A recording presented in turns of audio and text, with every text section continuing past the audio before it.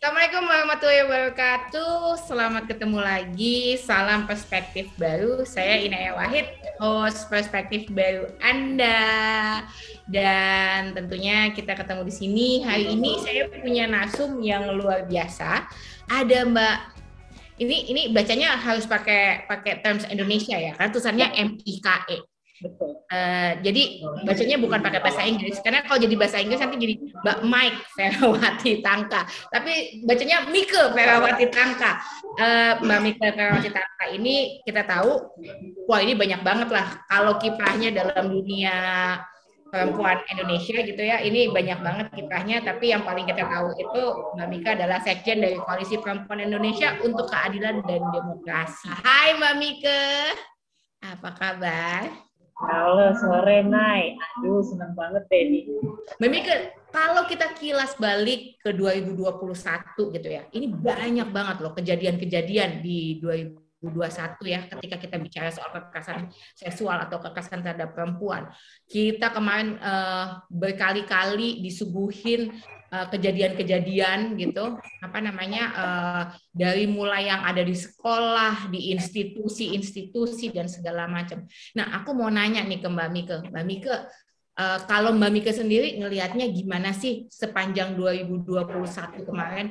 Apakah Mbak Mika ngelihatnya, wah ini parah banget nih, kondisi makin buruk, atau malah ngelihatnya, wah ini sebenarnya ada progres loh ini. Kalau Mbak Mika sendiri kita kilas balik ngelihatnya gimana? Oke, Nay. Soal bagaimana di 2021 ini ya, sebenarnya kita melihat 2021 ini seperti apa ya, istilahnya kalau itu ada kurva itu ya, dia itu tuh yang sudah mungkin boomnya gitu ya, karena ini puncak ketika misalnya apa ya, kita melihat bahwa situasi-situasi apa ya, kekerasan itu tuh sudah sepertinya sudah kita menemui banyak hal gitu ya, dan tadi juga Nay sudah bilang bahwa ya itu tadi dia tidak terjadi lagi di rumah kalau kita bicara kekerasan seksual. Oh, itu kan urusan rumah tangga ya. Itu urusan itu, tapi ternyata di kampus, di sekolah-sekolah agama ya, bukan cuma agama Islam, mungkin juga agama Katolik dan Kristen, itu ternyata ada gitu ya kasus-kasus dan ditemui. Lalu kalau kita mungkin tuduhan-tuduhannya, oh ini hanya kelompok perempuan yang sedang marah nih, karena ini kalau kita bicara kekerasan seksual itu perempuan ya. Tapi tidak, kita juga menemukan kasus di mana laki-laki juga menjadi korbannya. Ingat nggak kita juga sebenarnya yang laporan dari komisi apa ya, staf komisi penyiaran ya, saya apa itu juga yang dia mengangkat kisahnya, meskipun itu sebenarnya peristiwanya sudah sangat lama, tetapi itu akhirnya diangkat yang menunjukkan bahwa itu tadi siapapun sebenarnya itu berpotensi ya mengalami kekerasan berbasis gender, atau kalau kita bicara kekerasan seksual. Lalu kita juga bicara angka-angka yang tidak pernah turun ya seperti itu. Nah, yang kalau kita bicara yang bikin gregetan ya, kenapa ini semua selalu dianggap bukan masalah? Kita bisa contoh bahwa bagaimana sebenarnya parlemen kita ya, yang ketika sebenarnya kan ini momentumnya di 2020 ketika RUU penghapusan kekerasan seksual itu di-kick oleh Komisi 8 dengan alasan bahwa RUU ini belum penting. Dan alasannya banyak, bahwa sebenarnya kalau RUU nanti dijadikan ini akan mengganggu cash flow atau anggaran negara karena kita sedang pandemi lah, yang lain-lain seperti itu. Dan sebenarnya kenapa ini tidak dikembalikan kepada aturan-aturan undang-undang yang sudah ada, padahal sebenarnya angka-angka yang mencuat besar ini sebenarnya bukti bahwa kita punya kekosongan hukum ya, atau kekosongan kebijakan seperti itu yang bisa menangani gitu. Kalau kita bicara kekerasan seksual itu sebenarnya bukan korbannya aja, tetapi sebenarnya aparat penegak hukum pun itu tuh juga bingung gitu loh. Ini kita tuh tahu bahwa ini adalah kekerasan seksual, tetapi kita harus menggunakan pijakan yang mana. KUHP kita masih mengatur baru 2 tuh, pemerkosaan sama pencabulan. Padahal kita bicara jenis kekerasan seksual tuh banyak banget kan. Apalagi kalau kita sebel banget kalau kita bicara di KUHP, pemerkosaan itu yang terjadi adalah intercourse, pemerkosaan yang terjadi intercourse. Padahal pemaksaan kekerasan seksual, apa maksud pemaksaan hubungan seksual atau pemerkosaan itu tidak melulu harus terjadi intercourse seperti itu. Nah, itu kan membuktikan ya bahwa banyaknya kasus yang menggunung ini itu tidak bisa diselesaikan atau tidak bisa didampingi atau diproses, itu karena kita punya kekosongan hukum dan kekosongan mekanisme hukum yang bisa memberi ruang adil ya bagi korban seperti itu. Nah, tetapi bisa juga nih naik angka-angka ini mulai menguat dan banyak. Itu adalah karena publik kita sudah berhasil sadar. Nah, ini juga sebenarnya karena juga media kita, orang-orang muda kita ini juga sudah mulai aktif bersuara di media sosial, banyak sekali. Nah, ada juga influencer-influencer lainnya yang juga mendorong publik itu mulai berani akhirnya. Nah, ini yang mungkin aku bisa bilang, bahwa ini bisa jadi progresnya di situ. Masyarakat itu sudah mulai paham, masyarakat sudah mulai ngeh ya. Oh, ini kalau misalnya ada anak seperti ini, oh itu kekerasan seksual atau itu kekerasan yang terjadi. Jadi mereka juga ikut menyuarakan, meskipun juga ada kelompok-kelompok yang masih menolak ya. Ini juga kelihatan sekali kan bagaimana RUU penghapusan kekerasan seksual ini diarahkan kepada kebijakan-kebijakan, ini tidak sesuai dengan nilai agama. Ini akan membawa sebuah dunia yang lebih bebas untuk orang akan zina dan segala macam gitu ya. Itu tuduhan-tuduhan yang sebenarnya juga turut mewarnai jagat kita nih ya. Bagaimana mereka juga sama-sama nih. Jadi kita ini sekarang sedang bersama-sama battle ya. Bagaimana yang mendukung dan juga yang menolak. Nah, ini menurut saya adalah sebuah maksudnya sebuah fenomena baik menurut saya. Karena saya senang banget dibanding kalau kita bicara dulu mendorong misalnya kebijakan KDRT atau tindak pidana perdagangan orang di mana publik itu masih tidak terlalu ingin terlibat seperti itu. Tetapi sekarang ini menarik banget meskipun sebenarnya masalahnya, hambatannya juga sebenarnya mungkin prosentasenya jauh lebih besar ya, karena kita menghadapi tembok yang mereka itu pengambil keputusan, tetapi mereka masih punya paradigma yang salah kaprah seperti itu ya. Paradigma yang cenderung bias ya, dan juga misogini terhadap isu-isu ketika kita bicara kekerasan berbasis gender. Nah, itu yang mau saya tanyain nih. Selain karena terus tiba-tiba tadi kayak kalau katanya Mbak Mika, ini kan persoalannya sebenarnya udah kayak gunung ya gitu. Iya. Kasus-kasus kekerasan seksual ini dan bukan hanya gunung biasa tapi gunung es. Jadi kelihatannya di dalamnya, tapi di bawahnya besar sekali gitu ya. Bahkan kemarin sampai ada satu aktivis perempuan yang menyebutnya ini tuh udah pandemi loh gitu. Iya. Nah, dan banyak juga kemudian upaya-upaya yang tadi kayak Mbak Mik bilang gitu ya, dari publik sendiri gitu ya. Terus kemudian kita tahu kemana ada Permendikbudristek yang dikeluarkan oleh Mas Menteri gitu. Itu kan sebenarnya adalah niatan baik gitu untuk mengurangi atau bahkan menghapuskan kekerasan seksual. Atau kemudian ya ini yang publik udah kayaknya udah sampai agak mulai lelah juga untuk terus nge-push bahwa ada kebutuhan soal undang-undang gitu ya, untuk untuk menghilangkan kekerasan seksual. Tapi ini kok sampai sekarang belum disahin, Permendikbudristeknya malah ditolak, dan yang menolak ini lembaga-lembaga yang bahkan menurut saya wow, ini lembaga-lembaga yang besar loh ya gitu. Nah, ini sebenarnya kalau menurut Mbak Mika persoalannya tuh di mana? Iya, apa sih yang jadi persoalan mereka nolak? Begini, saya mau mulainya begini ya. Sebenarnya fakta itu sudah sangat jelas di depan mata ya. Kalau kita bicara ya, kekerasan tuh udah banyak ya. Bahkan ketika satu aja disentil gitu ya, apalagi yang kasus Novi itu tuh kan menghentak banget ya. Novi yang dia bunuh diri karena dia mengalami kekerasan seksual dari pacarnya yang polisi itu ya. Saya langsung bilang aja, karena sekarang battle-nya kita udah nggak bisa lagi eufemisme, kita harus bilang pemerkosa nggak usah dihalus-halusin bahwa mereka adalah tindakan misalnya asusila. Tidak, pemerkosa adalah pemerkosa. Polisi, tentara, guru, dosen. Kita harus bilang bahwa kita harus aware bahwa mereka adalah pelaku seperti itu. Nah, saya mau kembali kepada sistem pembuat kebijakan kita yang sebenarnya kalau kita bicara 100% itu 80%-nya itu mereka ada urusan politik ya. Di mana misalnya mungkin kalau bicara kebijakan penghapusan kekerasan seksual ini bukan undang-undang atau kebijakan yang sebenarnya membawa sebuah manfaat kalau kita bicara di kepentingan politik maksudnya gitu ya. Karena ya itu tadi selalu mereka menganggap, dan bisa jadi mereka juga terganggu ketika ini juga dipermasalahkan, karena ini kalau dari istilah jangan-jangan ya pembuat kebijakan kita juga jangan-jangan pelaku nih. Sehingga mereka juga merasa, loh ini kok saya dibatasi. Apalagi ketika misalnya membahas yang mempermasalahkan Permendikbud yang sangat baik itu. Kalau saya bilang itu baik, itu terobosan. Itu kemajuan yang dibuat. Karena apa? Kampus itu adalah tempat nomor 3 terbesar ya. Kalau mungkin ini hitung-hitungan ya. Yang itu terjadi kekerasan seksual dan itu gunung esnya tinggi banget. Karena apa? Ada relasi kuasa di situ naik.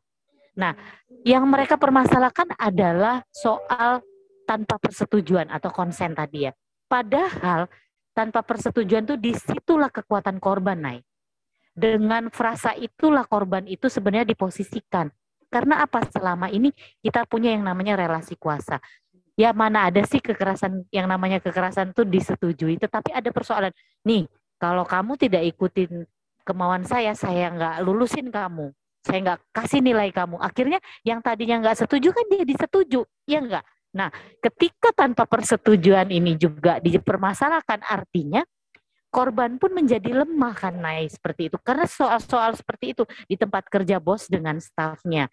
Lalu juga seperti di pesantren, guru dan santrinya, sama juga mungkin di tempat-tempat asrama-asrama lainnya ya, pendamping dan juga anak-anak asramanya seperti itu, atau juga di pabrik ya. Nah, ini kita juga bisa lihat di tempat kerja bagaimana tanpa persetujuan itu ditaruh di dalam sebuah frasa itu sebenarnya untuk menolong memposisikan korban itu ketika relasi kuasa itu terjadi gitu ya, sehingga membuat mereka bersetuju misalnya, atau dengan pacarnya sendiri.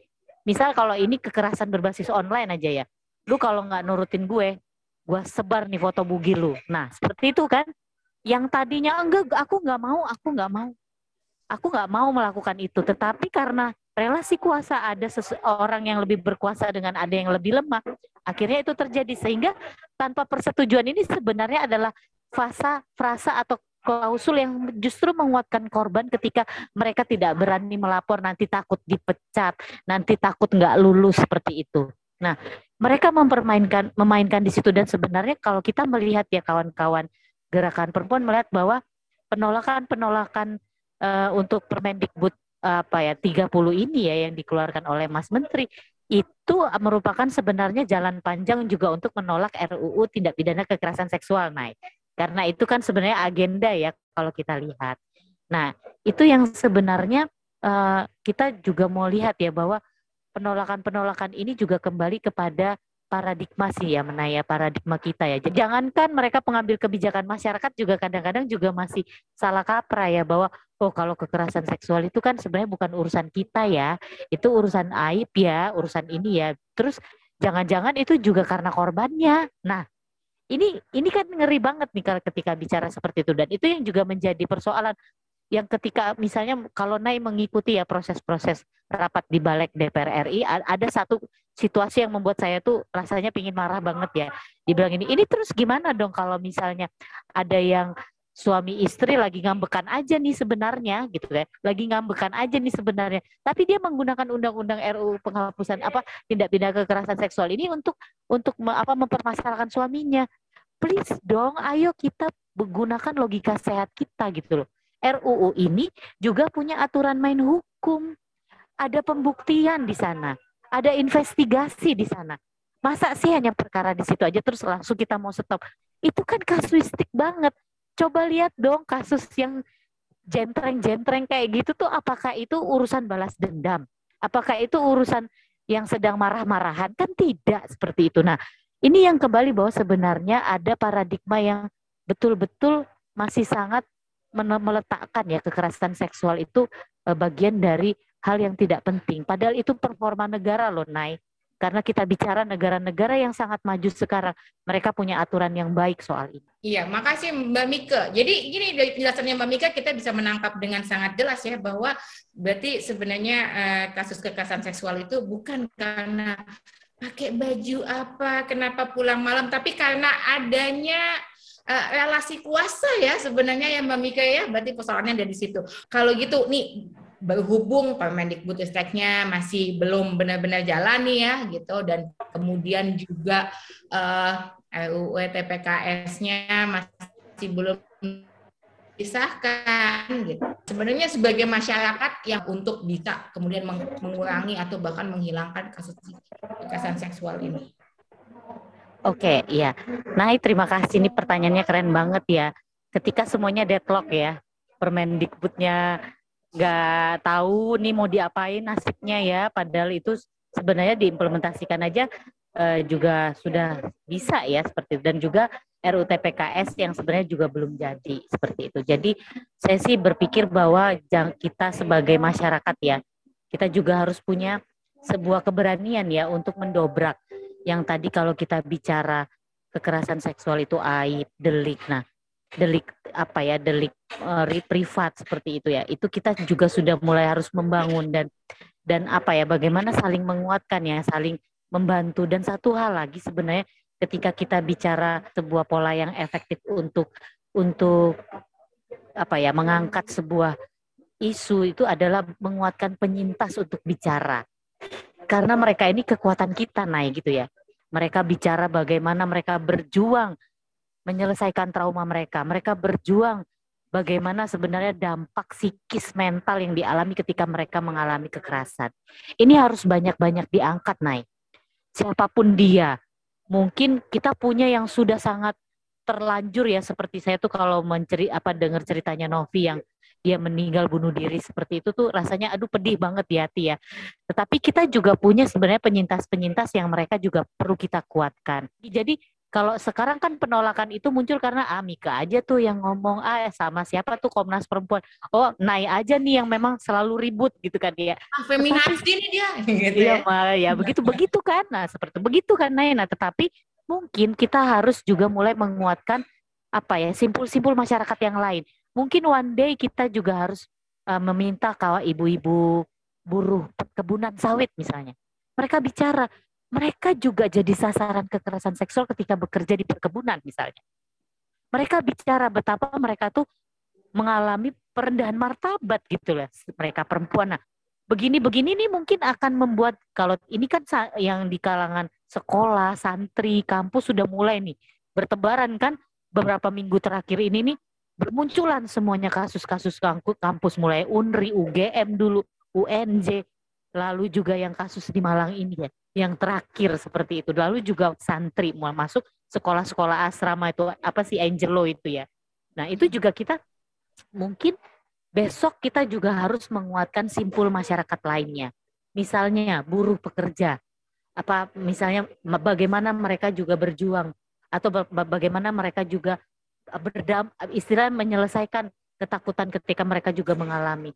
Atau kita bicara kaum-kaum profesional yang juga sebenarnya mereka adalah silent majority kan ya sebenarnya. Mereka itu mungkin mau bicara tapi nggak tahu nih, kita juga sebenarnya ingin menggugat bahwa misalnya kantor itu juga harus punya regulasi yang bisa menjamin bahwa karyawan atau itu juga aman dari kekerasan seksual.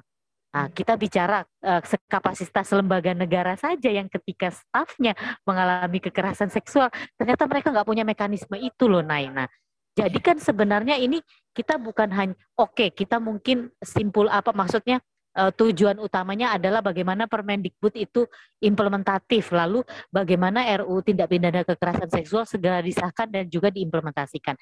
Tetapi senyampang itu kita juga memperbaiki yang apa, kalau itu tadi misalnya tuh apa ya, gunungan gitu ya, mungkin di situ ada RUU TPKS nah kita juga selesaikan yang bagaimana misalnya bagaimana kita mendorong pabrik punya regulasi yang mengamankan stafnya, atau juga kita mulai berkampanye bagaimana misalnya menjadi masyarakat yang sadar terhadap kekerasan seksual seperti itu, karena bisa jadi itu yang mungkin akan bisa mencelikkan ya hati, kesadaran ya, pikiran dari para pembuat kebijakan atau para penyelenggara negara ya, karena mereka selalu berpikir kekerasan seksual itu urusan rumah tangga, itu nggak boleh diumbar-umbar gitu ya. Berarti sebenarnya ini ketika kita bicara kayak gitu tadi Mbak Mika bilang kita berarti harus fokus di korban berarti ya gitu. Betul sekali ya.